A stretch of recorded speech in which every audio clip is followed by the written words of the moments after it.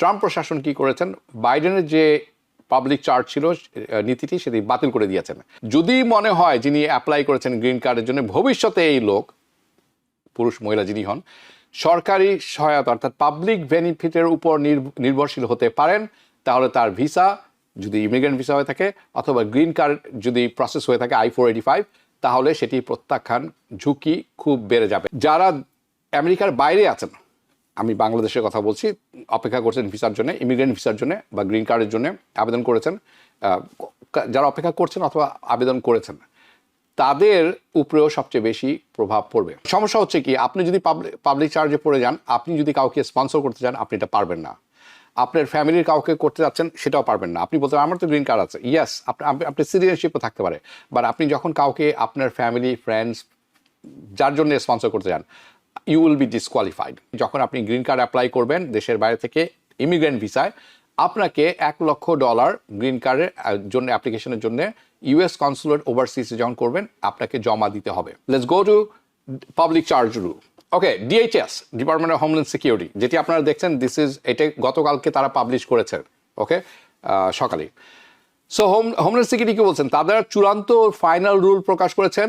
2022 সালে যেটি বাইডেন করেছিলেন পাবলিক চার্জ নীতি, এটি কিন্তু তারা বাতিল করে দিয়েছেন, যেটি আপনারা অন স্ক্রিনে দেখছেন।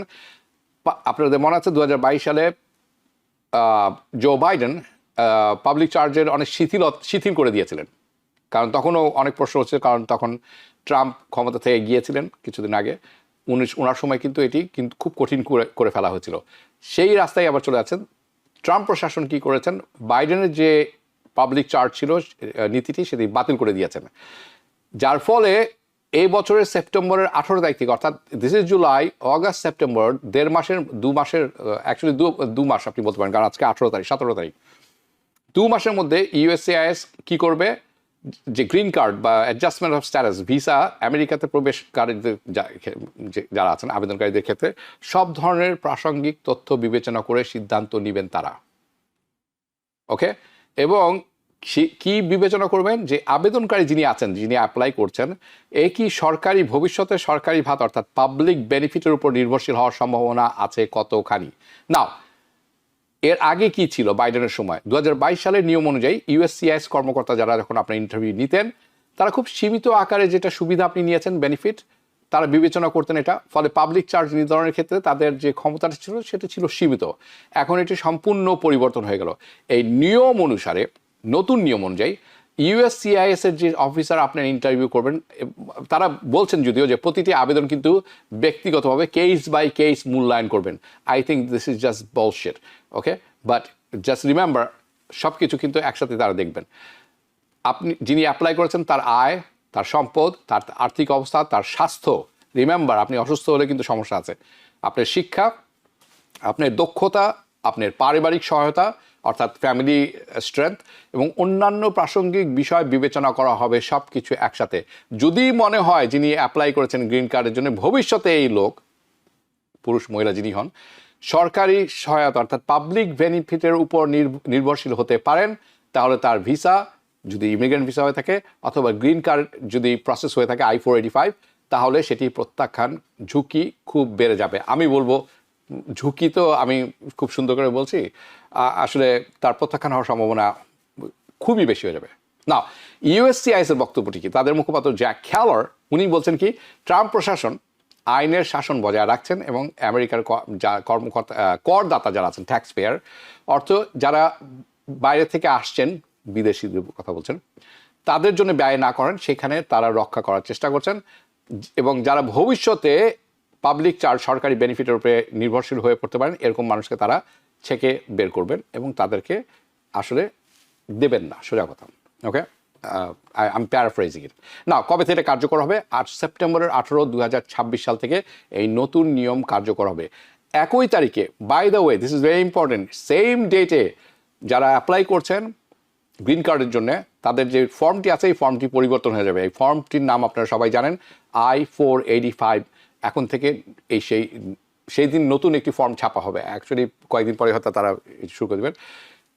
ওই দিন থেকে এটা বাধ্যতামূলক যে আপনি যখন অ্যাপ্লাই করবেন গ্রিন কার্ডের জন্য আপনাকে সেই ফর্মটি ব্যবহার করতে হবে। আপনি যদি পুরনো ফর্ম ব্যবহার করেন, কোনো কিছু না বলে আপনার আবেদন সম্পূর্ণভাবে প্রত্যাখ্যান করে দেওয়া হবে, অর্থাৎ ডিনাই করে দেওয়া হবে। ওকে, এখন প্রশ্ন হচ্ছে কাদের উপরে এই প্রভাবটি সবচেয়ে বেশি পড়তে যাচ্ছে? ওকে, সো আমেরিকার ভেতরে যারা আছেন, যারা অ্যাপ্লাই করতে যাচ্ছেন I-485 এর জন্য, অর্থাৎ গ্রিন কার্ডের জন্য, অ্যাডজাস্টমেন্ট অফ স্ট্যাটাস বলে থেকে আমরা, তাদের উপরে সবচেয়ে বেশি প্রভাব পড়বে যদি তারা পাবলিক বেনিফিট নিয়ে থাকেন। এটি একটি ব্যাপার। নাও, যারা আমেরিকার বাইরে আছেন, আমি বাংলাদেশের কথা বলছি, অপেক্ষা করছেন ভিসার জন্য, ইমিগ্রেন্ট ভিসার জন্য বা গ্রিন কার্ডের জন্য আবেদন করেছেন, যারা অপেক্ষা করছেন অথবা আবেদন করেছেন, তাদের উপরেও সবচেয়ে বেশি প্রভাব পড়বে। কিভাবে? যাদের আর্থিক সামর্থ্য, আয় বা স্পন্সরশিপ নিয়ে প্রশ্ন থাকতে পারে, তাদের ক্ষেত্রে এটি সবচেয়ে বেশি প্রভাব ফেলবে।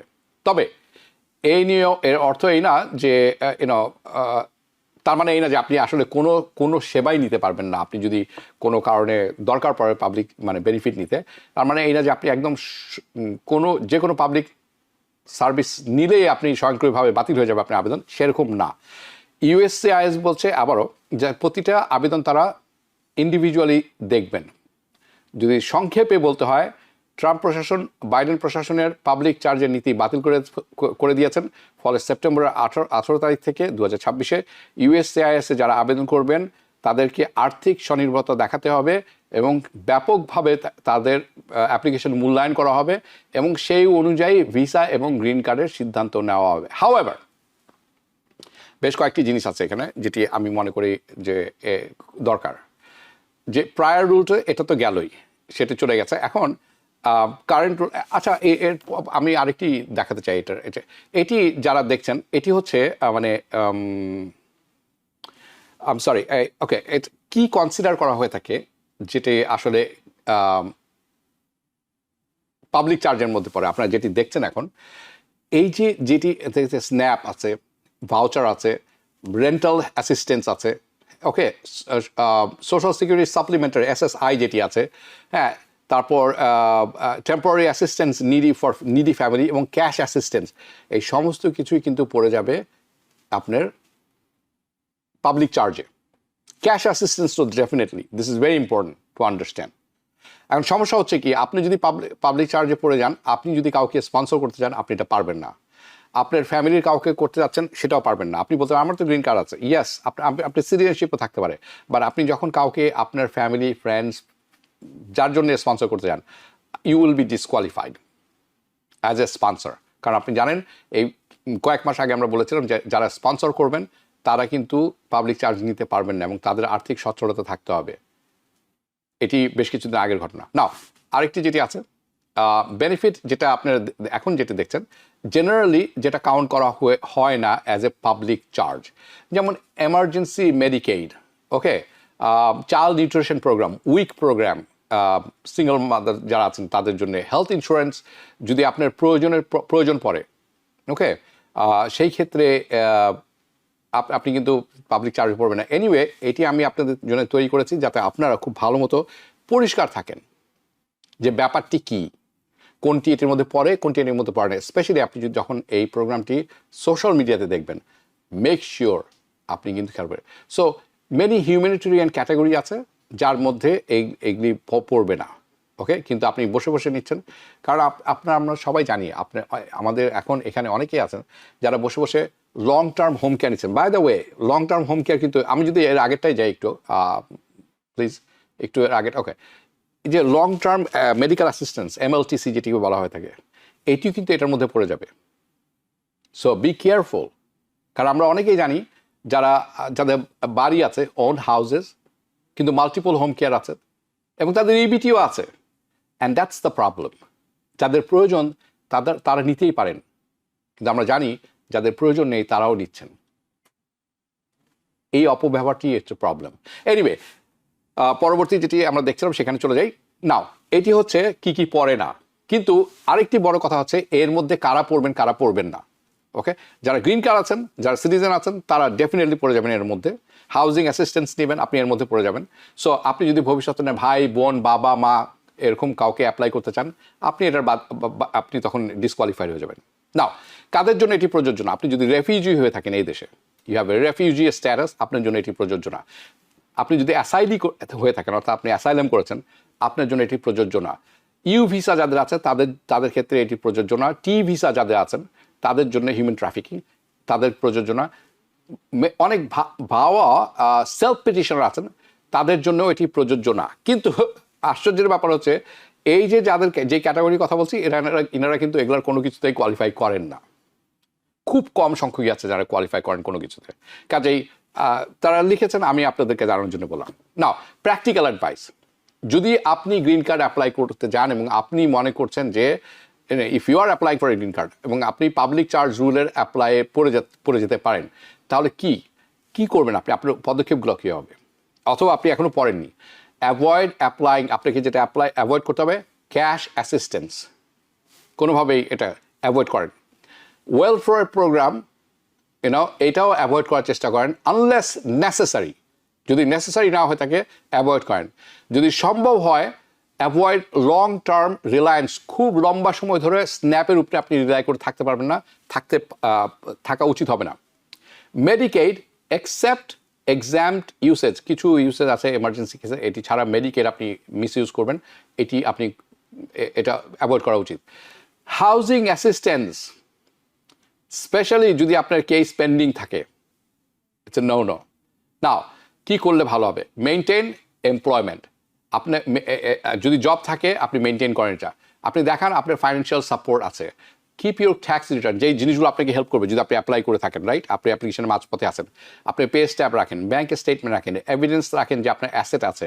If you need emergency medical benefit for your US children, কারণ আপনার বাচ্চা থাকতে পারে যার জন্ম হয়েছে এখানে, যে whose US citizen by birth, right? By birth, right?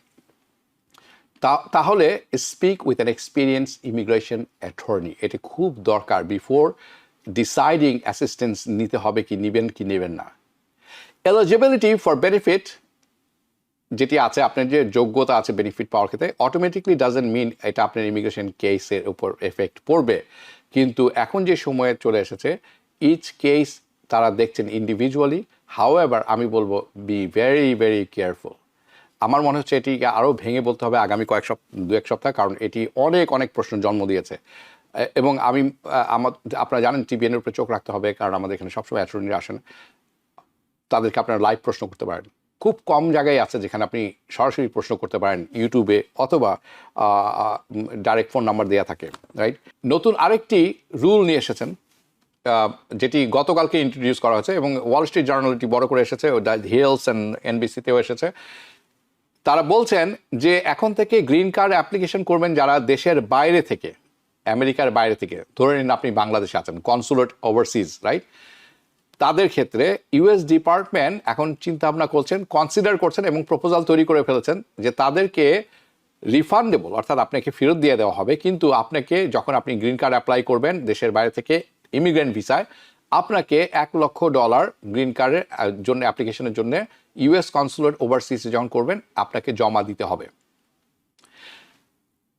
এই রিপোর্টেড পলিসি আসলে এইম করা হয়েছে, তারা বলছে, জিজ্ঞেস করা হয়েছিল যে কেন এটা করা হলো, যাতে করে তারা বলছে যাতে এটা এনশোর করে যে ইমিগ্রেন্ট যারা আছেন, যারা আসবেন গ্রিন কার্ড নিয়ে, তারা ফাইন্যান্সিয়ালি সেলফ সাফিসিয়েন্ট, স্বয়ংসম্পূর্ণ।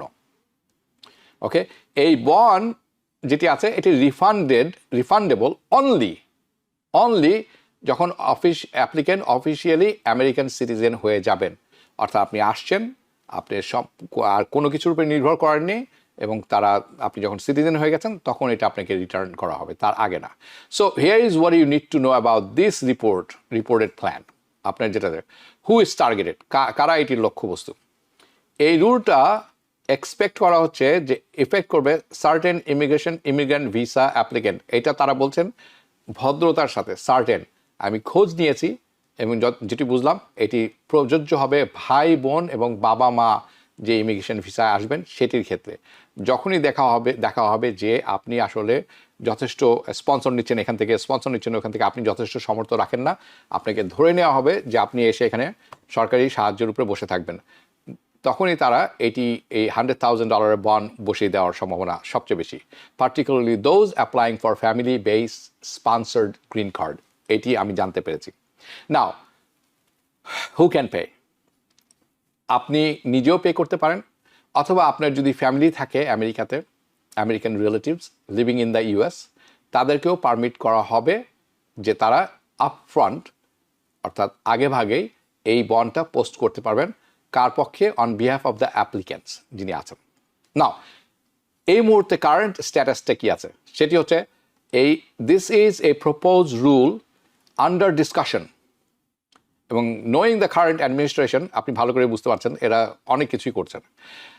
It has not been formally announce, এখনও এটি অ্যানাউন্স করা হয়নি এবং এটার কোনো ইমপ্লিমেন্টেশন পলিসি এখনও নেই। So an official visa processing যেটি রিকোয়ারমেন্ট আছে সেটি কিন্তু এখনও সেমই আছে, আনচেঞ্জ। আনফর্চুনেটলি আমাদের দেশের জন্য এটা সম্পূর্ণভাবে স্থগিত এখন। সো এটির লেটেস্ট আপডেট যখন আসবে ইনফরমেশন আমাদের কাছে আপনারা সবার আগে শুনবেন।